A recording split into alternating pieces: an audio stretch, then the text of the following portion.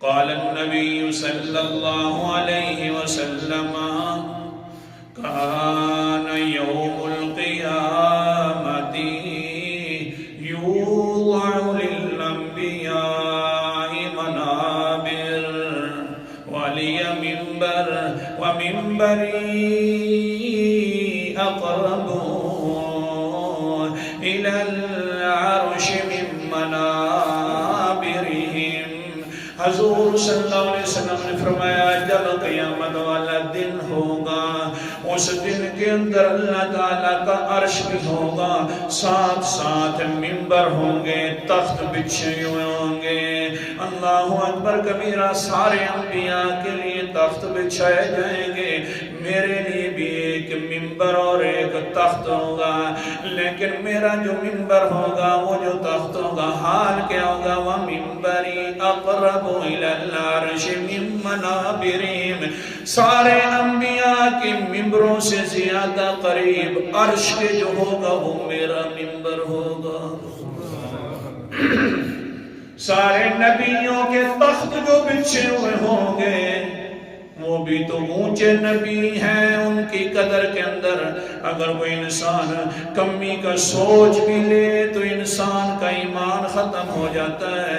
نا نا نا، سارے نبی اونچے نبی ہیں لیکن میرے نبی کی عظمت کا مقابلہ کوئی کر نہیں سکتا. لیکن حال یہ ہے کہ میرا منبر جو ہوگا وہ عرش کے قریب ہوگا.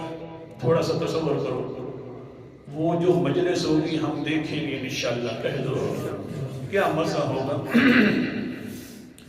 مزہ کیا ہوگا. یہ دنیا کے اندر کیا لذتیں ہیں جب وہ عرش ہوگا، ساتھ میرے پیغمبر جلوہ فروز ہوں گے، سارے نبی بھی ہوں گے، ان سب کی زیارت کریں گے انشاءاللہ. اچھا جی، پھر کیا ہوگا؟ اللہ کے پیغمبر علیہ السلام نے فرمایا سب سے قریب میرا منبر ہوگا. لیکن حال کیا بن جائے گا؟ تجلس الانبیاء صلوات اللہ علیہم اجمعین علی منابرہم لا اجلس علی منبری لشغلی. سارے نبی اپنے اپنے تختوں پر جلوہ فروز ہوں گے، لیکن جو میرا تخت اور میرا منبر ہوگا میں اس پر بیٹھوں گا بھی نہیں.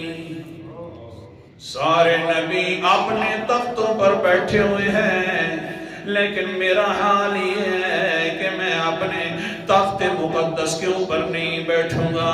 اللہ کا رسول آخر کیوں نہیں بیٹھے گا؟ سارے نبی جو بیٹھے ہوئے ہیں فرمایا لشغلی بی امتی، مجھے اپنی امت کی فکر ہوگی اس لیے میں اپنے تخت پر بھی نہیں بیٹھوں گا.